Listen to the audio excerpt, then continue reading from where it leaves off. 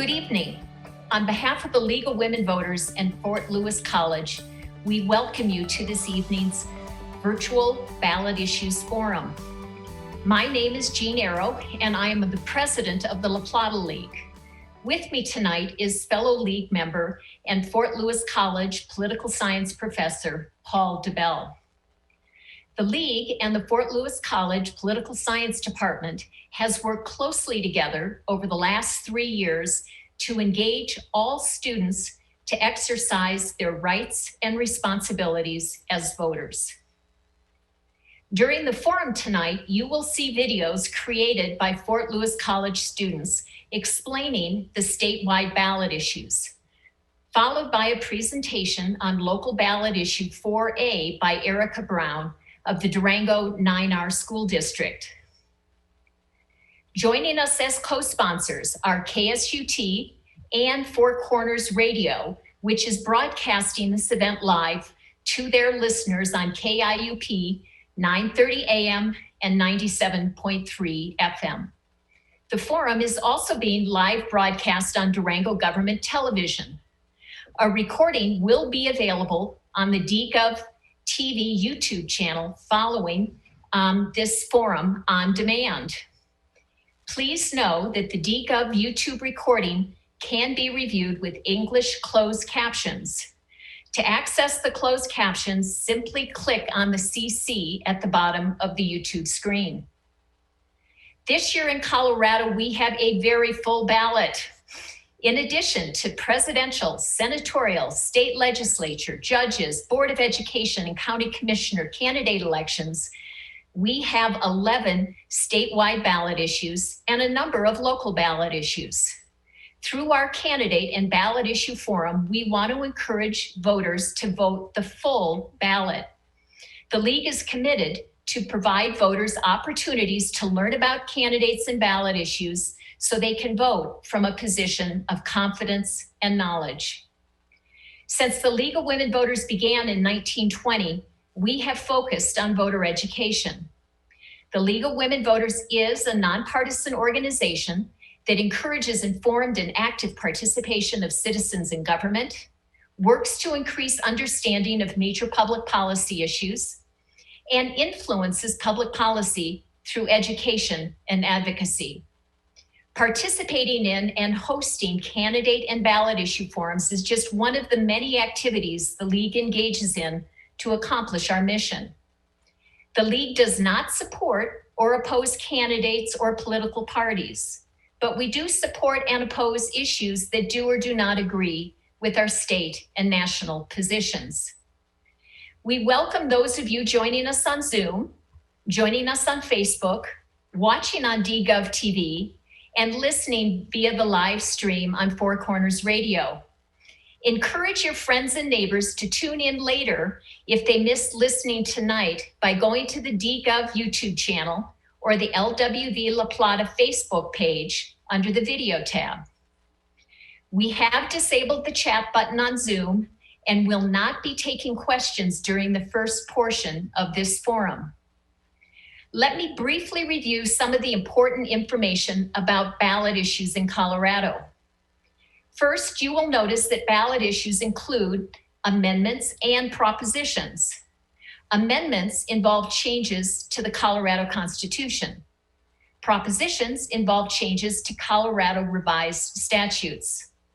Second, you will notice that the ballot issues are labeled either with a letter or a number. Those that have letters, such as Amendment B, have been referred to voters by the state legislature. Those that have numbers, such as Proposition 114, have been initiated by citizen groups gathering the required number of signatures from across the state. Most ballot issues require a simple majority of 50% to pass. Two ballot issues this year, Amendment C and 76, will require a supermajority of 55% to pass because they add to or modify the Colorado Constitution. The two other amendments, Amendment B and 77, do not require the supermajority as they only remove language from the state constitution. When voters choose not to vote on a ballot issue, they are allowing a potentially small group of voters who do vote on that issue to make very important decisions for all of us in Colorado. So with the knowledge you gained tonight, we hope that you will vote the full ballot. Onward to the ballot issues. Professor DeBell, it's all yours. Thank you so much, Jean. So welcome everybody. Tonight we are going to hear student research voter education videos from my own Introduction to Political Science classes and from my colleague, Dr. Thora Giallouri's Introduction to U.S. National Politics class. Now, we worked in very close accords with the League of Women Voters for this, and each group had a league researcher to help them out. Those league researchers were Syl Allred, Diane Goodchild, Jill Patton, and Trish Pegram. These researchers met with the students virtually to make sure that editing was going well and that they understood everything that they needed to understand about the ballot initiatives and measures to inform you. I want to thank our league liaisons for all of their hard work, and I want to especially thank our students. Because of COVID, this has been a really, really difficult year to complete these projects. The pandemic has thrown a wrench in all sorts of plans, and at Fort Lewis, we have students learning in person, and we have students learning virtually. So many of these groups collaborated and worked across state lines and different time zones. So thank you to the students. Your perseverance and your hard work made this public good possible. So tonight we are going to present the student research videos in the order that they will be presented on the ballot. That means we'll start with the amendments and then we will proceed through the propositions. There's only one exception. We don't have a video tonight for Amendment C because of some technical difficulties and timing issues. One last note before we start, our students, the league liaisons, and the professors all worked together to try and remain as neutral as possible to provide you with unbiased information so you can make up your own mind. However, we always encourage you to use lots of critical thinking when you are looking at any political information, including that from us, as you make your important voting decisions. So thank you so much. Onward to the videos. We'll take it away.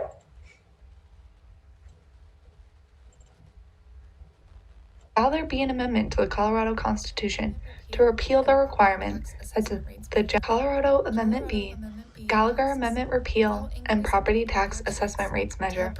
Colorado Amendment B that provide fire protection, police, ambulance, hospital, kindergarten through 12th grade education, and other services, and to avoid automatic mill levy increases.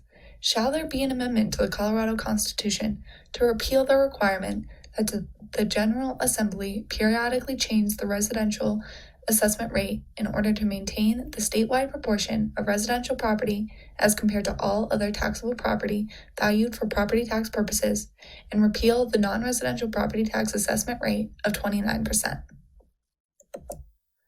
In simpler terms, Amendment B asks voters if they want to repeal the Gallagher Amendment, which will remove the set residential to non-residential tax collection at 45 to 55%, freeze assessment rates where they are currently, and allow future changes to assessment rates to occur through state legislation, not the Constitution.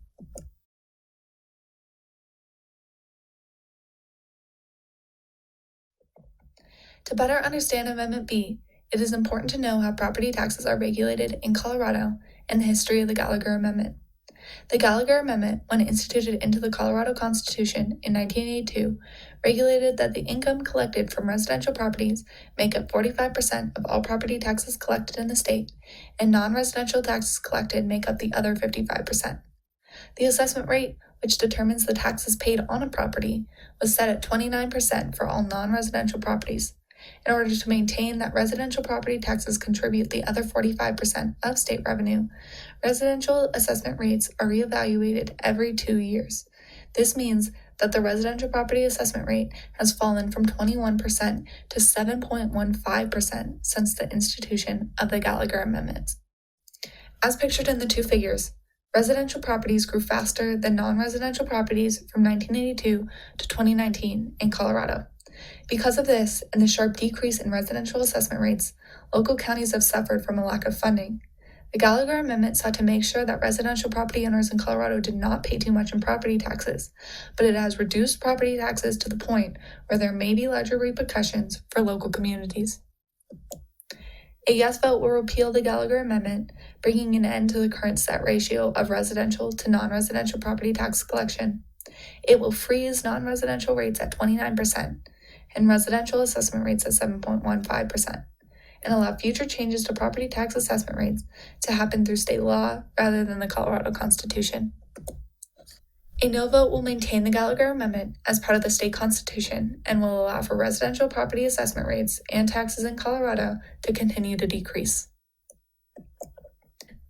An argument for Amendment B is that by freezing property assessment rates, there will be no associated change in taxes, and by preventing the continued lowering of residential taxes collected, Colorado municipalities and districts, including school, fire, and police, will continue to receive funding that has been dwindling since the installment of the Gallagher Amendment.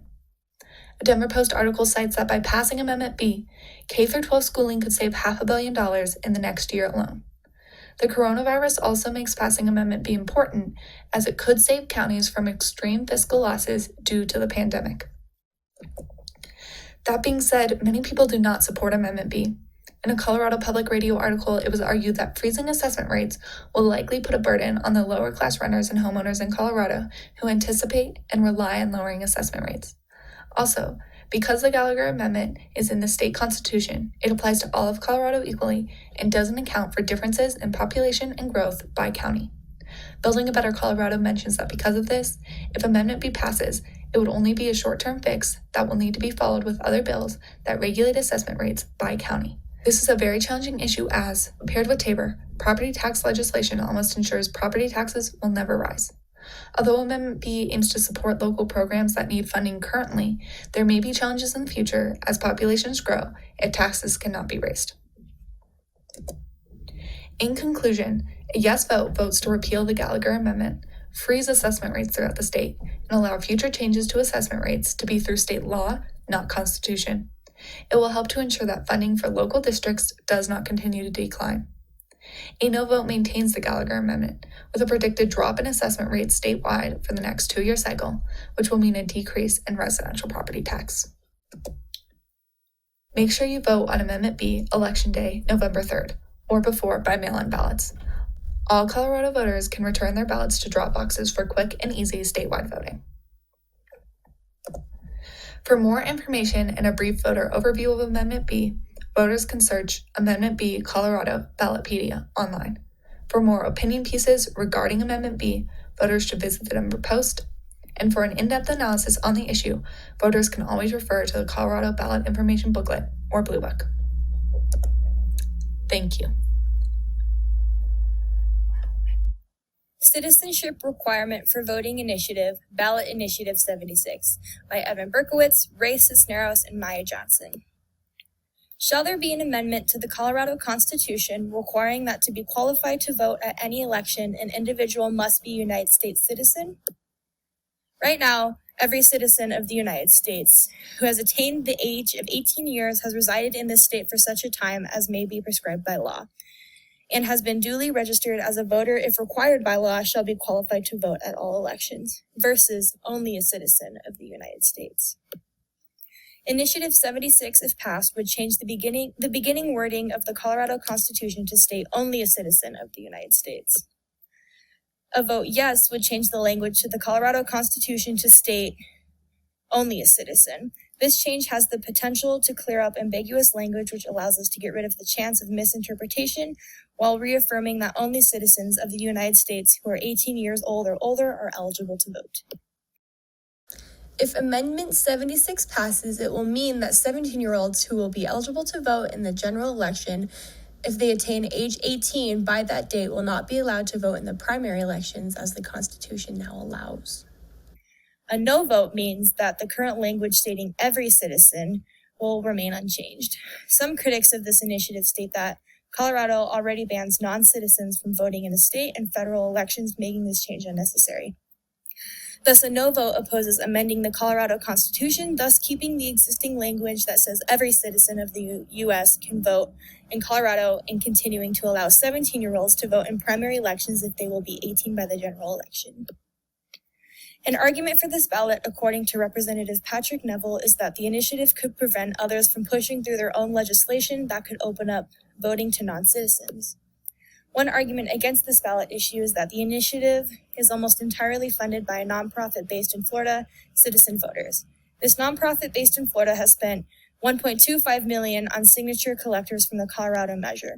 The group doesn't have to disclose its donors. Another argument is that many feel that it would be fair for non-citizens to be able to vote in lower-level elections.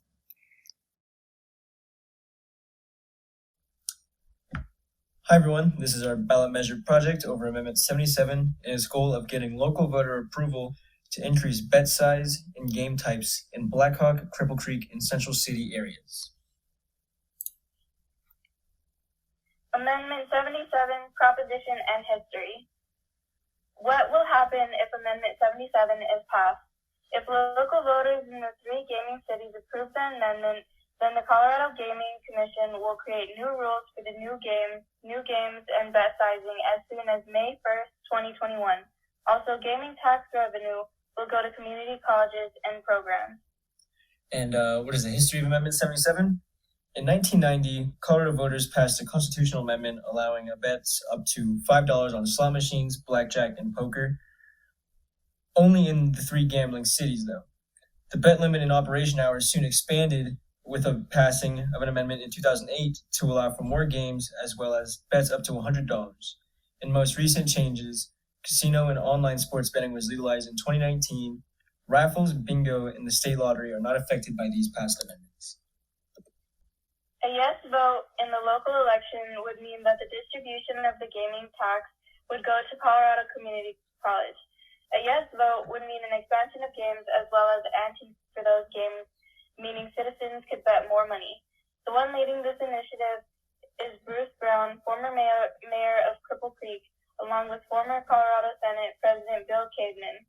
Bruce claims that voters in these communities should be allowed to decide what is best for them and their economy, including whether they want to change betting limits and add new games.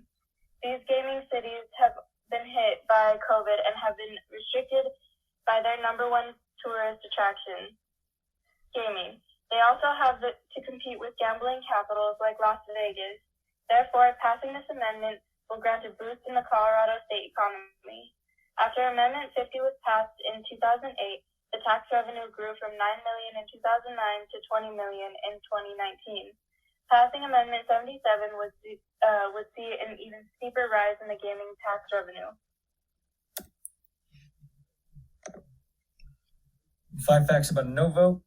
Gambling has been labeled as a mental health epidemic by many countries, as well as 10 million Americans suffer from gambling addiction, according to the Recovery Village website. Expanding gambling may exhibit problems like traffic, intoxicated driving, and suicide in places that have no vote in the matter. All Colorado voters deserve a vote in gambling amendment, as it will affect the state in many ways. This act may open the door for other methods of gambling, like neighborhood slot machines and underground gambling scenes. Gambling tax is an unstable source of money for Colorado community colleges, according to the League of Women Voters. Argument for Amendment 77. These towns have built much of their local economies around hotels, restaurants, tourism, and travelers who visit because of gaming. Voters in these communities should be allowed to decide what is best for them and their economy, including whether they want to change betting limits and add new games. Quote by Bruce Brown, former mayor of Cripple Creek and initiative leader. By using the market mechanism of gambling, the 3 towns are able to maximize profit, and as gambling towns, they act collectively to increase profit to support their growing populations. They are the only successful towns in Colorado who utilize gambling, which benefits tourism and out-of-state money influx, which is heavily needed after the arrival of COVID-19. 78% of the gambling taxes go towards Colorado community colleges as a public good, and the remaining 22 will go back to the 3 gambling cities and their counties. By increasing gambling bets, the tax revenue received is much greater, resulting in a positive externality for the state. The cities do what they are best at, and that is casinos. Therefore, they should have the final say as to what kind of bets and games are made and played to maximize tax revenue and profit. This is the graph for gaming tax revenue in millions. Its goal is to show that ever since the 2008 gaming amendment, the gaming tax revenue has increased, the increase being in navy blue. And if Amendment 77 were to be passed, these numbers would only climb due to the increase of money allowed to be played. In the argument against Amendment 77, Only citizens of Cripple Creek, Black Hawk, and Central Cities are allowed to say on the vote, which causes a collective action problem in the sense that not every citizen of the state gets to vote on the matter of the game and bet expansion. However, every citizen of Colorado gets to go and use these casinos. This can create negative externalities like gambling addiction, which is plagued with social issues, like lower work productivity, family and self-abuse, substance abuse, and higher crime. The same way that everybody does not get a vote, not everybody will get the same help that they need if they're suffering from gambling's negative externalities. Because no gambling tax revenue was set aside to help the harmed ones. Sounds like a perverse incentive. In conclusion, Amendment 77's goal is to increase the bet sizes in game options to better maximize profit for the 3 gaming cities and increase gaming tax revenue for the state's community colleges. This amendment also excludes the entire voter population of Colorado. Only the voters of Cripple Creek, Black Hawk, and Central Cities get a vote on the proposition. There has been 3 gaming amendments passed in the last 30 years, and Amendment 77 would make that the 4th gambling amendment passed. Thanks, guys. Hello, my colleagues and I have put together this presentation to give an overview of the ballot measure that will be on this year's Colorado ballot, Proposition E, Taxes on Nicotine Products. On November 3rd of 2020, people of Colorado will be able to cast a yes or no vote upon the issue, and I'm here to provide a quick outline on what that would mean for both types of people who either oppose it or side with it. I will begin by defining what Proposition EE is. Then following, I will provide our overall goal of the presentation. Later, I will elaborate on Proposition EE by providing background information on the matter and the impacts it will have on the state.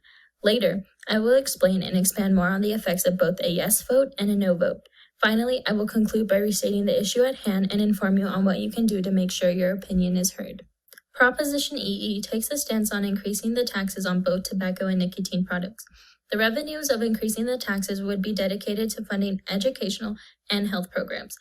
Our goal, as the political science class of Fort Lewis College, is to inform you on the matter of Proposition EE, taxes on nicotine products, while being able to illustrate the effects both a yes and no vote have on the issue.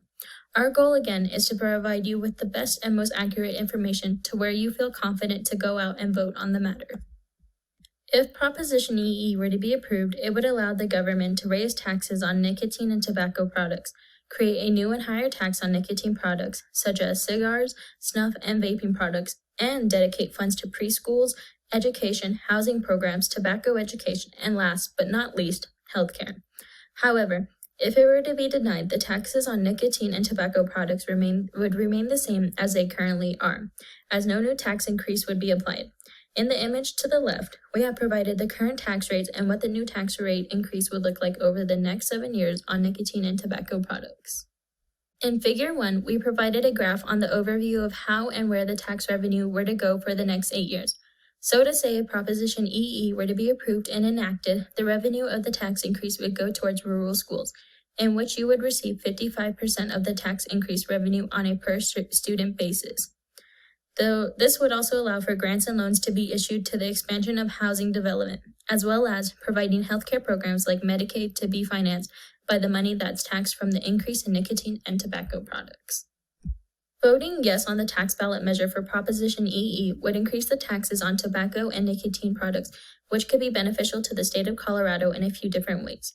The revenue of increasing the taxes would go towards funding at least a minimum of 10 hours of preschool, providing more funding towards the schools in rural areas, offering eviction legal assistance, and dedicating funds for healthcare and tobacco education prevention programs. In Table 3, we have provided the amount of fiscal year spending without the tax increase and revenue from the estimated tax increase for the years 2021 through 2022. The fiscal year spending without the tax increase is estimated to be about $16.46 billion, as opposed to $186.5 million collected in revenue from the tax increase. We collected this data from the Colorado General Assembly Ballot Information Booklet. On the other hand, voting no on the tax ballot measure for Proposition EE would keep the taxes on nicotine and tobacco products the same, resulting in not enacting allowing for the increase in taxes for such products. There have been many arguments arguing that increasing taxes on these products would create a financial burden on people who won't choose to consume them. This consists mainly of low-income users. Not only that, but raising the taxes would hurt business owners. It has also been argued that it is wrong of the state to rely on the revenues of increasing taxing on nicotine and tobacco products, known as addictive substances, in order to fund programs like education and healthcare.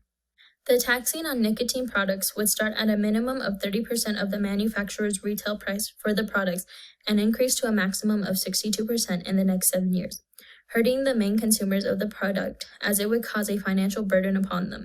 It has also been predicted that increasing the taxes on nicotine and tobacco products will result in a decrease in using the products, which then results in a decline in sales, which would be harmful for small businesses, as if the pandemic weren't already hurting our small and local businesses enough. Colorado has given their state the option to vote yes or no on Proposition EE. Again, voting yes would result in increasing taxes on both nicotine and tobacco products, and voting no would allow for the taxes of these products to remain the same, with no increase or decrease on the tax. It is now your turn as the public to go out and vote on the matter, along with other political issues as well. Advocate for not only yourself but your community as well by casting your vote on November 3rd, 2020. You can register either in person or online at the following link. Thank you.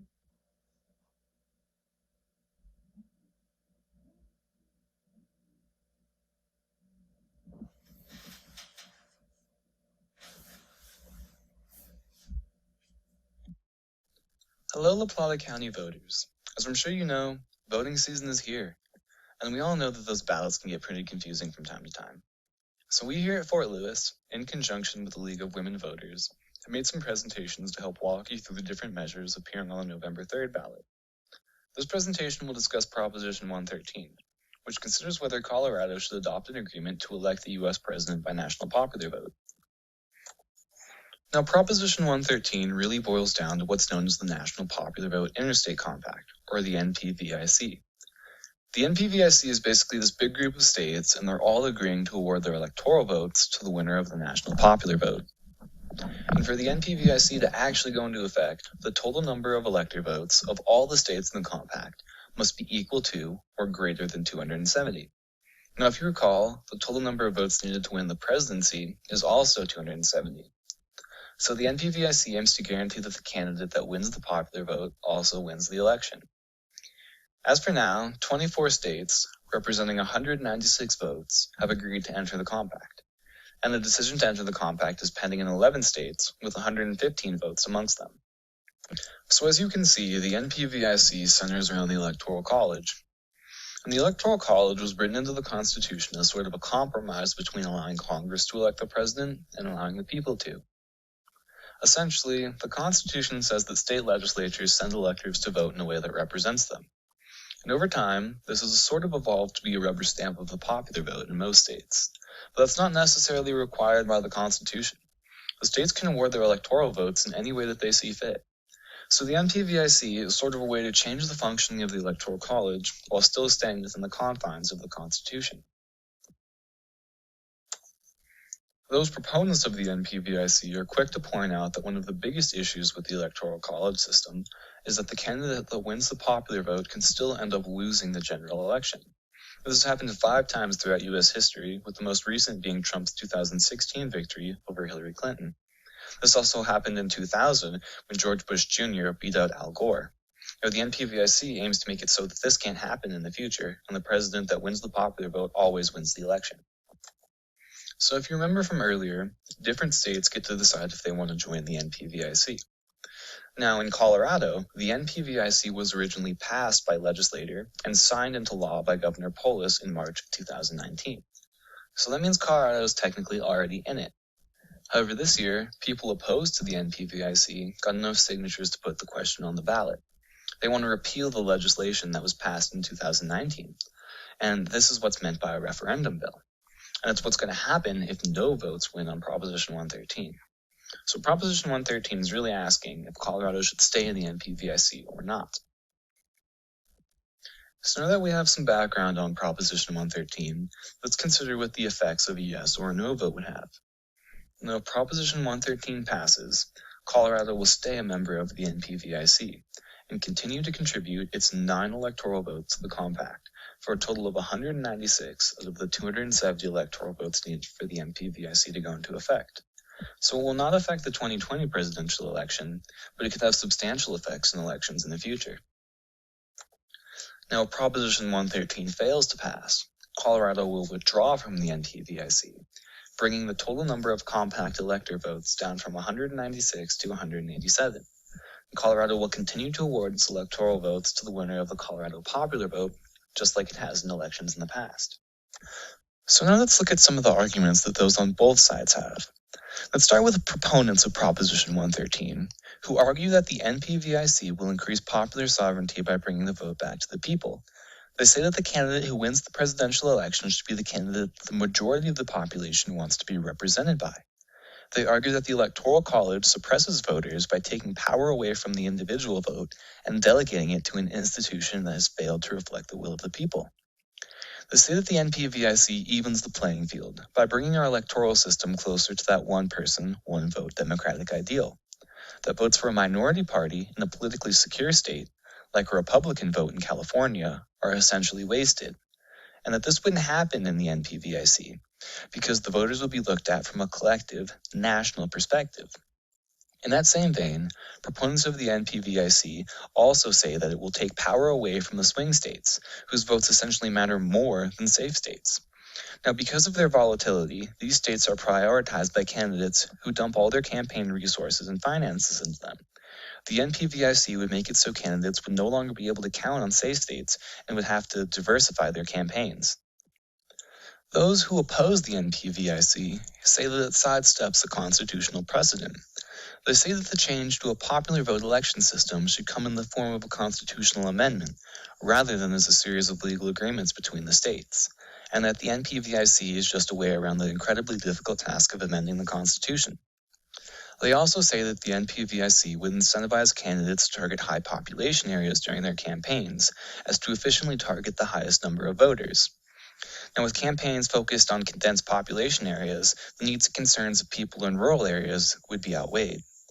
And they also say that the NPVIC would lead to disruptions in the election system. For example, the Blue Book says that since the NPVIC relies on legal agreements between states with different election policies, it could open the door to recounts and litigations, particularly in close elections. Now, in conclusion, the NPVIC ultimately aims to ensure that the presidential candidate who wins the national popular vote is elected to presidency. Voting yes on Proposition 113 is a vote for Colorado to remain in the NPVIC, while a no vote is a vote to leave the NPVIC. And the question really comes down to whether you believe Colorado's electoral vote should count towards the national popular vote or to the Colorado popular vote. Now, as you can also see, Proposition 113 is incredibly important, and your vote can really help decide how the president is elected. So now that you're educated on Proposition 113, take a stance, get out there, and vote. Hello, and welcome to Proposition 114, the reintroduction and management of gray wolves. In this presentation, we will discuss the advantages and disadvantages of the gray wolf reintroduction in the state of Colorado west of the Continental Divide. The ballot question at hand. Should gray wolves be reintroduced into the state of Colorado west of the Continental Divide? What exactly are gray wolves? This video captures 3 wolf pups and their mother in California in the forest located in Lassen County where gray wolves have been reintroduced. The background history of wolves in Colorado. What is the current situation for our issue? The history of gray wolves and in the United States have been quite a challenging time due to wolves eating livestock from ranches. This almost led to the extinction of the gray wolf as there was a large incentive value towards killing wolves. However, the wolves are crucial to the ecosystems that they live in due to their control of overpopulation for prey species such as deer, rabbits, and elk. The last gray wolf to die in the state of Colorado was in the year 1940. Gray wolves could have a variety of environmental impacts for Colorado. Wolves were originally from Colorado and will create a cascading benefit on all aspects of our ecosystems. When gray wolves were first reintroduced to Yellowstone, their effect trickled all the way down into Yellowstone's waterways. By introducing a new predator, there are more opportunities for smaller carnivores and detrivores that can share the wolves' prey. Things like vultures, coyotes, and many other animals can feed off of gray wolf kill that is not eaten directly by the wolves. Wolves could also have some cons for the environment of Colorado. As I said, wolves have lived naturally in Colorado before, but they did not survive with human populations. By reintroducing them, we could be doing a disservice to their population as they may not make it at all. By introducing a new predator to the population, more stress is put on lower levels of the food chain and can result in an overstressed ecosystem. Currently, we manage many levels of the ecosystem through hunting. With wolves reintroduced to the population, these animal populations may be stressed. Voting yes. A yes vote will require the Colorado Parks and Wildlife Commission to create a plan to manage and reintroduce endangered gray wolves on lands west of the Continental Divide by the end of 2023. Fair compensation will be paid to owners of livestock in order to help with any losses that may occur if the ballot issue is voted into place. Voting yes will also prohibit the commission from imposing any land, water, or resource use restrictions on private landowners. A yes vote on this measure will have drastically good effects on the environment, economy, and overall well-being of the state of Colorado. These benefits include an increase in biodiversity of Colorado ecosystems, a boost of Colorado's economy, and the wolves that originally lived in Colorado will return back to their homeland. A no vote on Proposition 114 votes to not reintroduce gray wolves on designated lands west of the Continental Divide by the end of 2023. By voting no, farmers and livestock owners are saved the hassle of protecting their animals from attacks by wolves. They will, however, not have access to the compensation that would be made if the initiative is voted into place. Arguments for a no vote consist of the fear that wolves will continue to clash with humans and livestock, and the rocky relationship between the two will only worsen. Furthermore, there is the worry that Colorado has changed in the past few decades and may not be the ecosystem wolves are used to because of human impact. By reintroducing wolves and allocating resources that way, we are taking the risk that the wolves will thrive in a changed ecosystem. If they are meant to be in Colorado, they can naturally make their way here instead of using valuable resources. While this issue may not seem like the most pressing issue, a lot goes into the vote you cast on November 3rd. Be sure to consider all effects when making your choice. While your vote could increase biodiversity and better Colorado ecosystems, it could potentially hurt our farmers and be a waste of resources. But regardless of which way you vote, be sure to cast your ballot on November 3rd.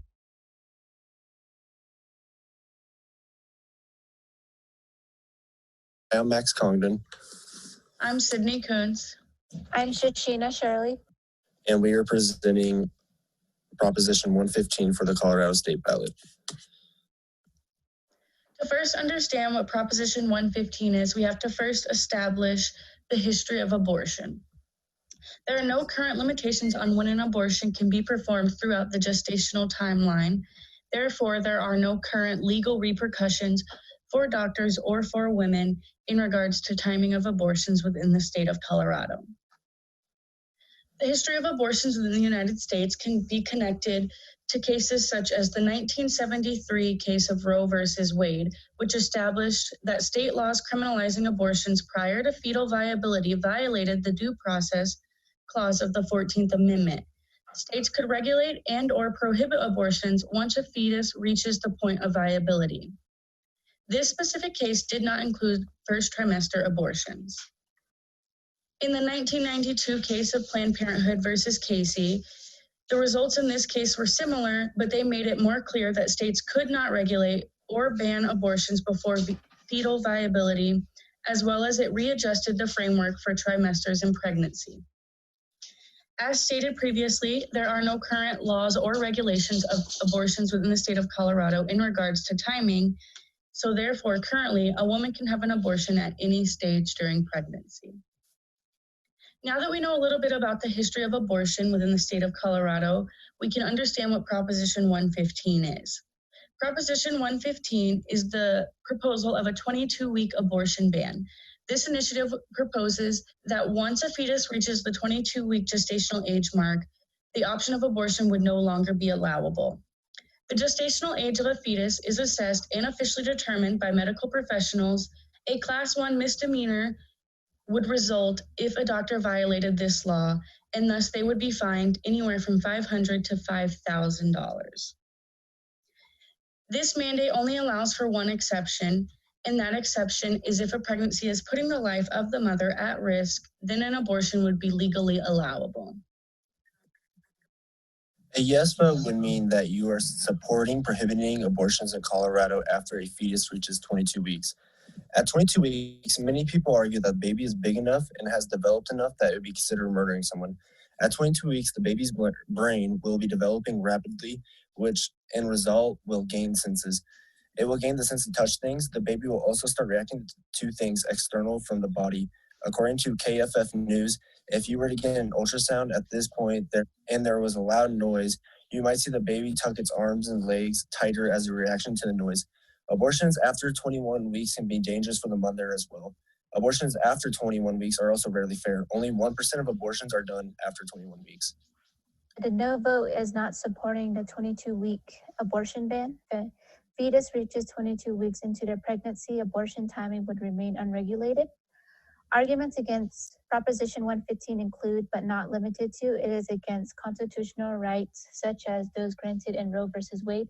It only allows for one exception, which is not representative of many experiences. It is a mandate that does not accommodate for all citizens. It would force women to travel outside their state to get the health care they need. It is a political change that is not representative of programs and people in Colorado.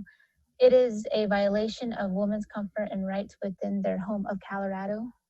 Overall, Proposition 115 is the proposition to mandate abortions within the state of Colorado through the 22-week gestational time period. A vote of yes on this proposition means that you are in support of this mandate and therefore you would like abortions within Colorado to be regulated at that 22-week gestational mark. A vote a no means that you are in opposition to mandating the time period of abortions within the state of Colorado and therefore you would like abortions to remain as they are currently unregulated.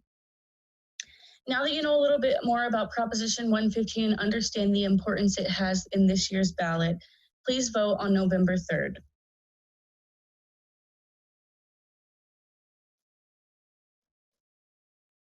Hello, my name is Alicia Hinckley, and along with Logan White and Kylie Lamb, we evaluated Ballot Measure 116. Ballot Measure 116 seeks to decrease state income tax from 4.63% to 4.55%, a decrease of 0.08%. Here is a historical outlook on individual income tax rate in Colorado. The rate of 4.63% has not changed since the year 2000. Taxes were the highest for 1947 until 1959 at 10%. However, tax rates were graduated until 1987. This means that people who made more money paid more taxes and people who made less money paid less taxes. If you notice, there are multiple lines in this time frame indicating the different tax brackets. The lowest income families only paid 1% for state income tax, while the wealthiest paid 10% in state income tax. From 1987 to 1998, individual state income tax was a flat rate of 5% and dropped to 4.75% in 1999. And then in the year 2000 to the 4.63% that we have today in Colorado. So with that said, should we vote yes or no on ballot measure 116? A yes vote would reduce the state income tax to 4.55% for the tax year 2020 and for future years. Remember, this is a flat rate, not a graduated rate. A no vote would keep the state income tax rate unchanged at 4.63%. Again, this is a flat rate, not a graduated rate. And if you remember correctly, a graduated rate means that the more money you make, the more taxes you pay. In this case, everyone pays the same amount. Arguments for.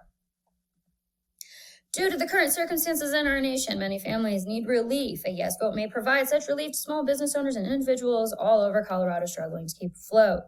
A yes vote may also provide more money for basic purchases such as food, clothes, utilities, and shelter. Lowering individual income tax rate may also support and stimulate the economy by putting more money back into the hands of individual consumers.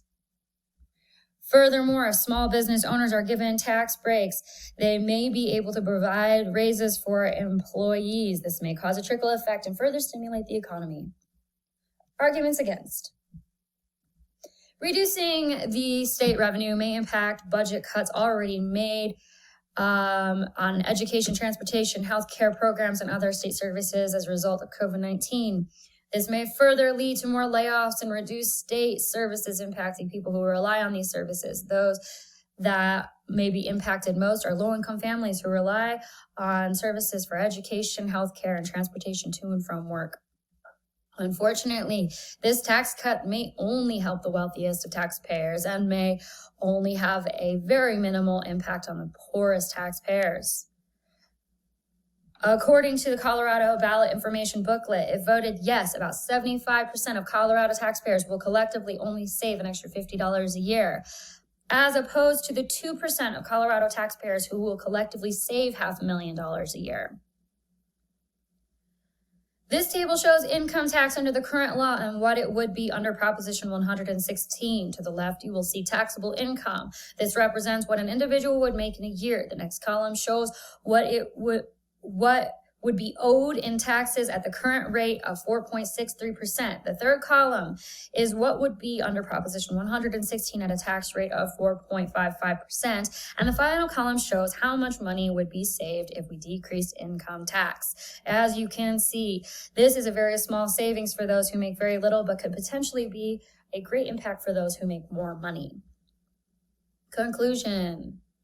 According to Gale, Crumpkin, and Rubin, 2015, reducing income tax has very little impact on economic growth. However, due to COVID-19, this may perhaps change the dynamic of previous conclusions.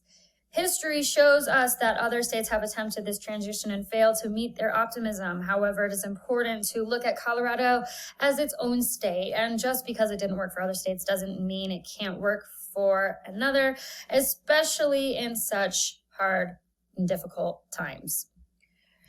There is truly no right answer, but it is important to look at this with an open mind and remember that every argument has a counter argument. It is impossible to know how this change will affect our state and why, which is why it is so important to know the facts and make an informed decision. It is our hope that we have provided you with enough information to make that vote, whether it be yes or no. Have you made your decision? Proposition 117 by Nathan Higgins, Grace Snyder, and Ethan Black. Proposition 117, Colorado Ballot Issue Initiative. Proposition 117. What is it? The initiative proposes requiring statewide voter approval of new state enterprises if the enterprise's projected or actual revenue from fees and surcharges is greater than $100 million within its first 5 years. Pre-established agencies will remain unaffected by this proposal. If this proposed enterprise does not make it to popular vote, but makes more than $100 million after the fact, then the vote does not move to the popular vote because the 5-year window has already passed. But what's an initiative? An initiative is a new law adopted by popular vote. Colorado state law adopted by Colorado popular vote. But what's an enterprise? How do they work? Well, an enterprise is a government agency that provides a good or service to the public for a fee, and the change of classification from agency to enterprise must be approved by the legislature regardless of a yes or no vote on this specific issue. Enterprises are almost entirely self-funded because they collect fees. They have little overlap with the general fund budget and shift financial responsibility for agencies onto those that solicit services. For example, Colorado Parks and Wildlife and the Colorado State Lottery are enterprises that charge fees. But what are fees? Fees are a charge collected exclusively from the people that use the service. Everyone in the state, however, is charged taxes. Taxes collected by the state go into the general fund budget, and fees go back into the enterprise. But how will the proposition affect enterprises? There are many enterprises which are created by counties or municipalities. These will not be impacted by the amendment in any way. This will apply only to state enterprises. What's a yes vote, and what impact does that have? A yes vote requires statewide voter approval of new enterprises. Passing the proposition would likely discourage the creation of new enterprises. By requiring a vote on large enterprises, there is more citizen control of finances and of the legislature. Some enterprises are critical for services like healthcare, which many people may not be able to afford and should rightly be covered by taxes and not fees. If a large enterprise is rejected, its revenue becomes subject to Tabor limits. But what's a no vote? What does a no vote mean? Well, a no vote would not require statewide voter approval of new enterprises. Voting no makes no changes to the enterprise system. Fees are collected from users, not taxes, and will continue to fund enterprises and agencies. The legislature will continue to create large enterprises, and new enterprises will have separate budgets from the general fund. To recap, a yes vote requires statewide voter approval of new state enterprises and discourages potential enterprises. Fees are raised without citizen consent, and limiting the legislature in creating new enterprises will stop this. It will also implement Tabor limits on what would have been an enterprise's revenue. A no vote does not require statewide voter approval of new state enterprises, which encourages potential enterprises. If a large enterprise is rejected, its revenue becomes subject to Tabor limits and will impact the state budget and the ability of it to fund services that the public actually needs. Large enterprises will continue to make those who use the services pay for them instead of all taxpayers.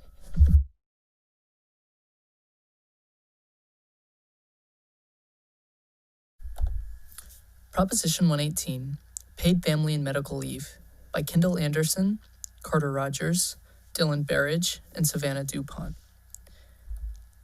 What is Proposition 118? A proposition that would establish a 12-week period of paid family and medical leave funded through a premium cost. Fiscal overview of Proposition 118. According to the Blue Book, this proposition will be funded by a 0.9% premium taken from wages earned. Employers and employees would evenly split 50-50 of the premium, making it 0.45%. An employee must make $2,500 in wages before they are subject to the premium. Premium responsibilities for employers. Employers with 9 or less employees are not required to pay the employer portion of the premium, but are required to withhold the employee's portion of the premium and forward it. Local governments that opt out of the program are not required to withhold premiums from employees or pay the employer portion of the premium. However, employees may still opt in to pay the employee portion of the premium. Fiscal impact of Proposition 118. A 0.45% premium is taken from both the employer's money and employee wages. Perspective. Out of a $300 paycheck, $2.70 would be taken out to cover the premium cost. State revenue, according to the 2020 State Ballot Information Booklet, is expected to grow by approximately $1.2 billion in budget year 2023 to 2024. However, state spending would also increase. Support versus opposition groups. Support groups include 1630 Fund and the Fairness Project. Opposition groups, Colorado Rising State Action and the Denver Metro Chamber of Commerce. Argument for Proposition 118. Up to 12 weeks paid leave would be guaranteed. Up to $1,100 a week in wages, and employees keep their job and benefits after a leave. Arguments against Proposition 118.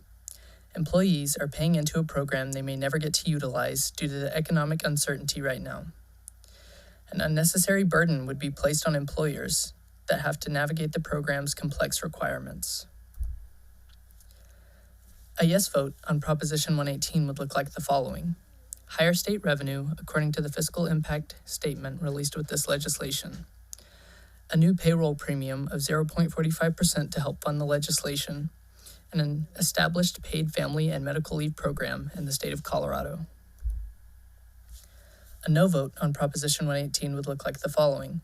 Opposing establishing a paid family and medical leave program in Colorado. No payroll premium taken to fund this legislation, and less state revenue, according to the fiscal impact statement released with this legislation.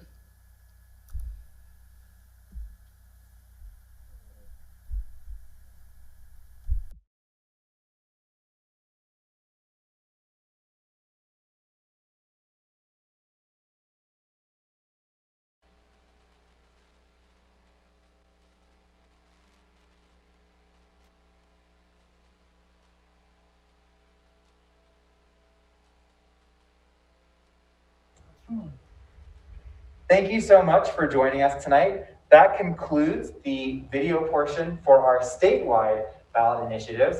If you would like to refer to those videos, of course, they will be up on the League's Facebook, and they are also on Fort Lewis College's Political Analysis Lab YouTube playlist. You can access that at tinyurl.com/coballot2020. That's tinyurl.com/coballot2020. Thank you so much to all of the League liaisons, and especially to the students who worked really hard to collaborate with one another across state lines and time zones to make this possible. This wouldn't have been possible without your perseverance and persistence. Thank you so much. And with that, back to you, Jean.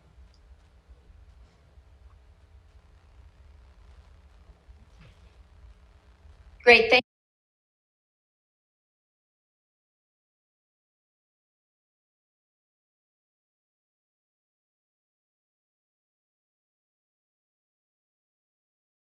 We really thank all of the students that worked so hard on this project. I think we can all agree that the results were impressive.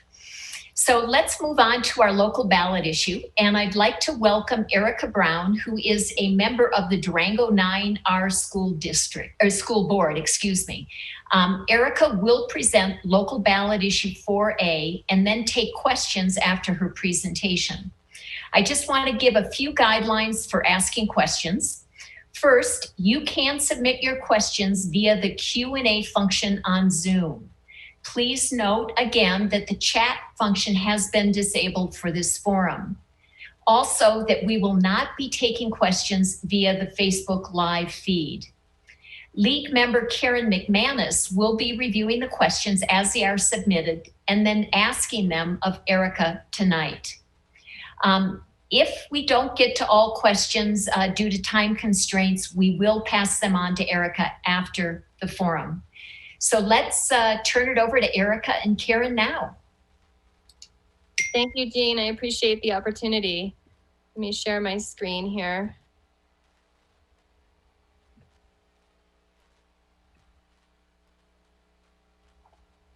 Great. So ballot issue 4A is asking Durango 9R voters to approve a capital improvement bond. Capital improvement bonds allow communities to give school districts additional money on top of state level funding. They're a way of issuing debt, similar to mortgages, that taxpayers pay back, apologize, I'm on the wrong screen, that taxpayers pay back with property taxes, in this case using existing tax levels. This bond would bring in $90 million plus premiums, and money from bonds must be used for capital projects like renovations, buildings, and deferred maintenance, and cannot be used for salaries, benefits, or curriculums. So why no new taxes? We are in a unique position because we're almost done paying off the bond that our community passed in 2002 to rebuild Riverview Elementary, among other projects. This gives us the opportunity to issue this new bond, but pay it back with our existing tax rates. No one will see an increase in their taxes as a result of passing this bond. This gives us the opportunity to issue this new bond, but pay it back with our existing tax rates. Of course, if we don't pass the bond, then homeowners and property owners will see a small decrease in their taxes. The owners of the owners of a house valued at $500,000 would see a decrease of $75 next year. That amount would fluctuate for several years, culminating in a $209 savings in 2025. The history here is that Colorado has really failed our K through 12 education system. While we used to fund education at or above the per student average, we are now among the worst in the nation. Amendment 23 tried to rectify that, but Tabor didn't allow it, creating a conflict and what is now called the negative factor an IOU to schools that will likely never be paid. Nonetheless, up until the recession of 2010, Durango 9R did a great job of keeping up with capital expenses. Since 2010, we've only been able to put about $1 million per year towards capital expenses. Based on our facilities, the state of Colorado estimates we should be spending $5 to $6 million per year. Knowing this opportunity was on the horizon, the Board of Education created a long-range planning committee in 2018 made up of a diverse array of stakeholders, along with consultants, to do a deep dive into our facility needs in light of demographic outlooks, programming, staffing, etc., to create a 5 and 10-year plan for the district. This group generated a needs-based priority list and highly recommended pursuit of the bond to catch up with long overdue needs, as well as to meet the new needs of 21st century learning. So how will the money be spent? Safety and security updates, along with deferred maintenance, will be funded at every school.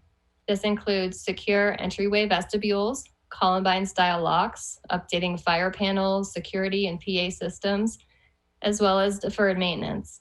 Long overdue HVAC upgrades, in addition to $2 million in COVID-inspired HVAC updates, high performance and energy efficiency upgrades, windows, lighting, parking lots, and other needs. It also includes updating interior spaces to be more flexible and innovative for 21st century learning. We will update and expand our technology, which is essential in today's world and will help address critical equity issues.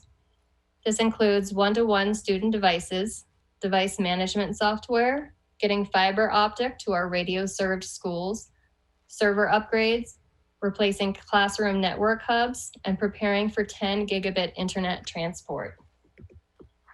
The biggest ticket item the bond will fund is rebuilding Miller Middle School, which is far more cost-effective than renovating due to the extent of its needs. Another big project is the Durango Innovation Center, which will be a standalone, state-of-the-art career and college preparedness center on the Durango High School campus.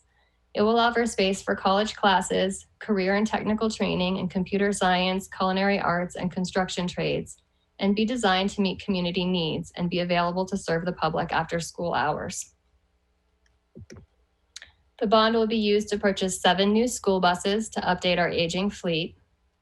And lastly, for the first time ever in Colorado, we as a public school district will be sharing our bond money with our public charter schools within our district.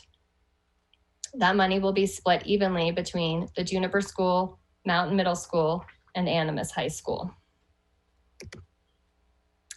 So as a quick review, Colorado has failed our schools. There's a great need for capital investment. The bond would bring in over $90 million with no increase in taxes for safer, high-performance schools, and the whole community would benefit. I'd be happy to take some questions now if there are any. Hi, Erika. We do have a few questions for you. The first one is, what will this cost be for an average home in Durango of $400,000? Yeah, so I mentioned that in the presentation. I think I used the $500,000 as a benchmark, and it does fluctuate. So a $500,000 house would save $75 next year. That number would fluctuate, and it would culminate in about $200 of savings in 2025. So I assume a $400,000 house would just be, 20% proportionally less than that. Another question, when will the Innovation Center be up and running? Oh, good question. I hope really soon. We're going to form if this bond passes, the Board of Education is going to form an oversight committee that'll be in charge of course, ensuring that the funds are going to the right places and managed and audited. And they'll also probably be prioritizing the projects. So I don't know where in the list that will be, but I'm assuming they're eager to do this and will want to break ground as soon as possible. Great. Another question. How long does the bond run? Good question. I think it's about 20 years. if you look at the 2002 bond we passed, and we're just at the tail end of paying that out in the next few years. So I think around 20 years, give or take a couple years. Okay. And another question, how can we guarantee that the money will be spent in the ways that you have described? Another good question. Yeah, again, we're going to create an oversight committee as a committee of the Board of Education, and those people will be in charge of overseeing the money in alignment with what the board has chosen to spend this on. And again, that those projects were identified by the long range planning committee and will certainly drive how we spend this money. As everyone knows, construction costs fluctuate, and I'm sure we'll have to make minor adjustments. We were very conservative in our project list, and when you sell a bond, you get premiums on top of that bond. So we're hopeful we'll get $10 to $20 million on top of the $90 million for this bond, and that'll give us some wiggle room to make sure we can really get everything done on this list. Great. Another question, are there any arguments against this issue that you have heard? Yeah, good question. We've been doing campaigning for about 6 weeks on this, and we have not run across any organized opposition to this ballot issue so far, which is really reassuring. The only argument that I've heard is, some folks may want to see that decrease in their taxes.